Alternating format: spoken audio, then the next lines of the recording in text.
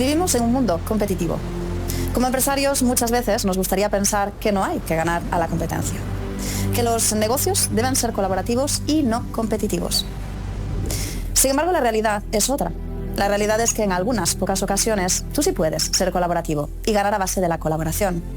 Pero la gran mayoría de las veces competimos con otros en nuestro nicho. Si vemos a nuestros clientes potenciales como un recurso importante, veremos que en un mercado o en un nicho siempre hay una cantidad limitada de ellos. La vida de un emprendedor está llena de obstáculos y de retos. La superación es un constante compañero en nuestro viaje. Y saber ganar y ser competitivo es una ventaja competitiva. Es una ventaja que nos puede dar aguante en el proceso de alcanzar nuestros sueños. En esta serie de 4 episodios de Los Ganadores vamos a hablar de qué es lo que hace falta para ganar y qué grandes lecciones podemos sacar del ámbito competitivo. Conoceremos a algunos grandes competidores y las grandes ideas que podemos aprender de ellos para tener más victorias. Escucharemos sus historias, los obstáculos que han enfrentado y los retos que han superado.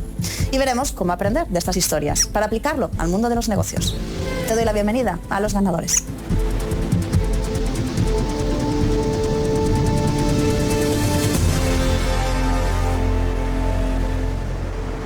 Terry Fox nació y fue criado en Canadá.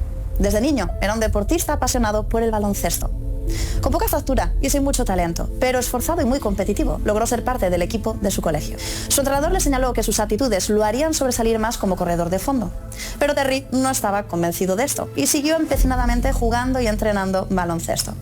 Tenía solo 18 años cuando le fue diagnosticado un cáncer de hueso en su pierna derecha. Le amputaron la pierna 15 centímetros por encima de la rodilla. En el hospital, ya en recuperación, Terry no dejó de observar a los pacientes que padecían diferentes tipos de cáncer.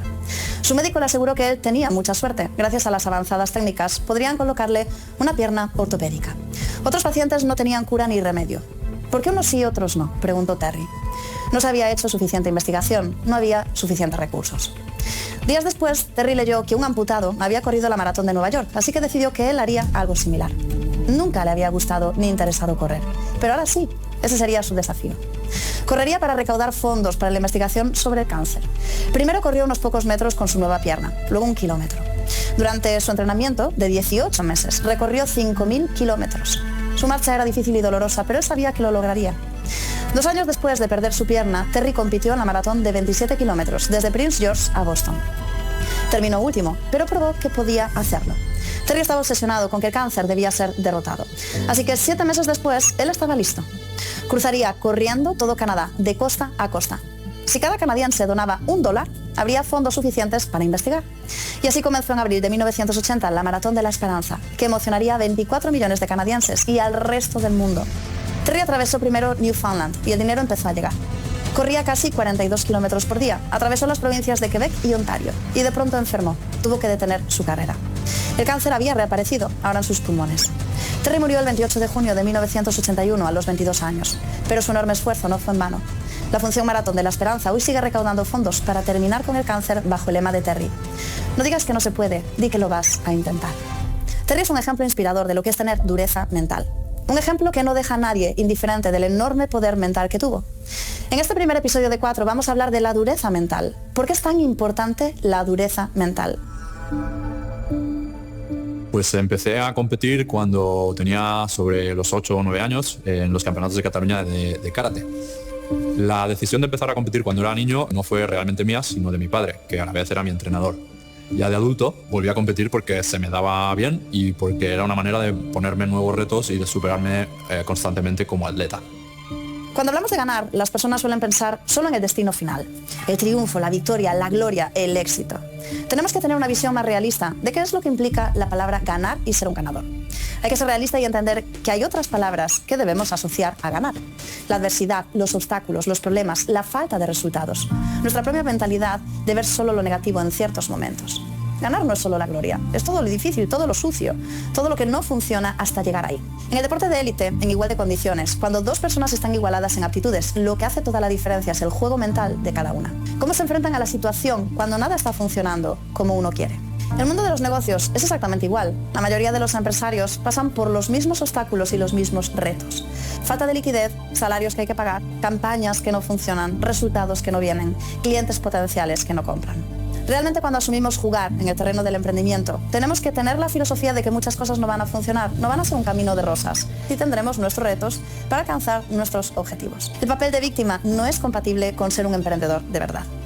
Normalmente donde ves grandeza, donde ves personas que han logrado cosas grandes, verás obstáculos y retos, seres humanos como nosotros, que han buscado mentalmente, en los lugares más profundos, la fuerza para vencer sus miedos. La dureza mental es imprescindible para tener éxito con nuestros negocios. Problemas y retos siempre serán la realidad para nosotros como emprendedores. Teniendo una mente dura, teniendo dureza mental, sí podemos triunfar con más facilidad. En este primer episodio vamos a hablar de la dureza mental, porque no podemos hablar de ser un ganador sin hablar de ella. Veremos 5 ideas clave que tenemos que comprender si queremos alcanzar un alto grado de dureza mental. En mi opinión, la mejor manera para aumentar tu dureza mental es enfrentarse constantemente a situaciones que te saquen de tu zona de confort. Necesitas simular situaciones muy similares a las de la competición para que luego no sea un estrés tan grande. La primera idea clave que hay que comprender es nuestro diálogo interno y cómo afecta a cómo nos sentimos. Nuestros pensamientos afectan cómo nos sentimos y cómo nos sentimos afecta a cómo pensamos. Nuestros pensamientos y sentimientos desencadenan reacciones químicas y eléctricas en el cerebro que pueden ser lo suficientemente poderosas como para acelerar la curación o causar úlceras, o en el día liberarnos de tensión o llevarnos a un estado de ansiedad. Quizá las lecciones más importantes que he aprendido de la competición son dos que a priori parecen contradictorias. Por un lado, la perseverancia, es decir, la capacidad de insistir una y otra vez en una cosa hasta que acaba saliendo. Y por otro lado, la capacidad de adaptación. Es decir, ser capaz de cambiar de táctica si algo no está funcionando como esperabas que hiciera. No debo temer. El miedo es el asesino de la mente. El miedo es la pequeña muerte que conduce a la destrucción total. Me enfrentaré a mi miedo, permitiré que pase sobre mí y a través de mí. Y cuando haya pasado, giraré el ojo interior para ver su camino. Donde el miedo se ha ido, no habrá nada. Solo yo me quedaré. En la película Tiburón de Steven Spielberg no vemos al tiburón hasta pasado una hora. Lo que vemos es el daño que ha hecho. Escuchamos la música que nos pone en tensión.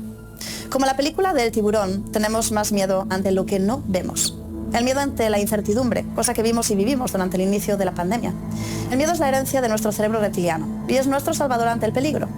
Nuestros antepasados tenían un mecanismo cuando veían animales como un tigre de dientes de sable para poder huir. Hoy no vivimos con tigres dientes de sable, pero nuestra herencia sigue activa. El circuito es el siguiente. Nuestro cerebro reptiliano despierta una emoción que origina un pensamiento y este pensamiento lleva a la acción. No se puede eliminar el miedo. Los deportistas de élite en deportes de alto riesgo, los luchadores de deportes de combates de contacto, los deportistas que entrenan donde existe un riesgo más elevado, siempre dicen lo mismo. Para mí, el miedo que sientes durante un combate es inversamente proporcional a lo preparado que creas que estás. Es decir, cuanto más preparado pienses que estás, menos miedo vas a sentir y viceversa. Para gestionar emocionalmente las derrotas, siempre he partido de la base de que en el deporte competitivo hay siempre un ganador y un perdedor, y que por probabilidad matemática en algún momento de tu carrera vas a perder. Siempre vamos a intentar que las derrotas sean menos que las victorias, pero si luchas, al final en algún momento vas a perder. De esta manera consigo que las derrotas no se conviertan en obstáculos insalvables, sino en pequeños baches que hay que superar rápidamente antes de enfrentarte al siguiente reto. Otra herramienta que me ha ayudado mucho durante mi carrera deportiva ha sido la visualización, es decir, imaginarme situaciones que pueden darse durante el combate, tanto buenas como malas, y repetirlas una y otra vez hasta que dejen de ser tan estresantes. El miedo siempre estará, forma parte de quienes somos, hay que aceptarlo. El miedo es neutro. Ahora bien, depende de nosotros decidir qué hacemos con ello. No podemos cambiar la emoción, pero sí podemos cambiar y trabajar los pensamientos que nos van a llevar hacia las acciones que buscamos, para ganar más. La autoimagen que tú tienes, lo que tú ves que eres capaz de hacer, se traduce en una realidad. Si no te ves gestionando una situación complicada, acabarás no pudiendo hacerlo. Si queremos tener dureza mental, tenemos que trabajar nuestra autoimagen. En 2002, Jack Whittaker ganó un premio mayor de Powerball de $314 millones, un tipo de lotería famosa en Estados Unidos que en ese momento era el premio de lotería más grande de la historia. Era un trabajador de la construcción de West Virginia y sigue siendo uno de los cuentos de advertencia más extremos sobre el poder de la lotería para arruinar vidas. Jack acabó perdiendo todo el dinero, donando montones de dinero en efectivo a iglesias, a meseras, a familiares extraños y a su club de striptease local. El efecto de la imagen de sí mismo es una de las razones por la que el 80% de los ganadores de la lotería se declaran en quiebra dentro de los 5 primeros años de haber ganado. A pesar de que su situación financiera ha cambiado drásticamente, normalmente la imagen de sí mismo no lo ha hecho. Si la autoimagen que tú tienes o que tiene una persona es pobre, da igual los millones que pueda ganar en la lotería. Si nuestra autoimagen es que ante la adversidad nos doblegamos, cuando venga la adversidad lo más probable es que nos acabemos rindiendo. Tener una mejor autoimagen implica que tenemos que trabajar nuestra confianza de manera consciente. No hay confianza sin competencia. Y trabajar nuestras aptitudes genera esta competencia. Cuantas más aptitudes generamos para nosotros en áreas críticas de nuestra vida y de nuestro negocio, más competencia tendremos para hacer las cosas. Si nos hacemos competentes en el negocio, viene la confianza y automáticamente puede mejorar nuestra autoimagen. Mejora nuestra autoimagen y esto requiere que ahora de manera constante y honesta nosotros busquemos lo que hacemos bien, que busquemos las victorias y los logros cuando los hemos tenido. Trabaja este diálogo interno para mejorar tu autoimagen, porque cuanta mejor autoimagen tengamos, más vamos a ganar. Personas como Ali, que han ganado y que ganan con frecuencia, saben que tienen que creer en ellos mismos, tienen que tener una buena autoimagen. La grandeza tarda su tiempo. Entre lo que queremos y el resultado final hay una progresión. Ganar en un área de la vida, si realmente merece la pena, no suele ser fácil o rápido. Tenemos que abrazar y comprender el progreso natural que tardan las cosas para llegar a nuestro destino. Cuando uno tiene dureza mental, no se desespera cuando las cosas tardan su tiempo lógico en llegar.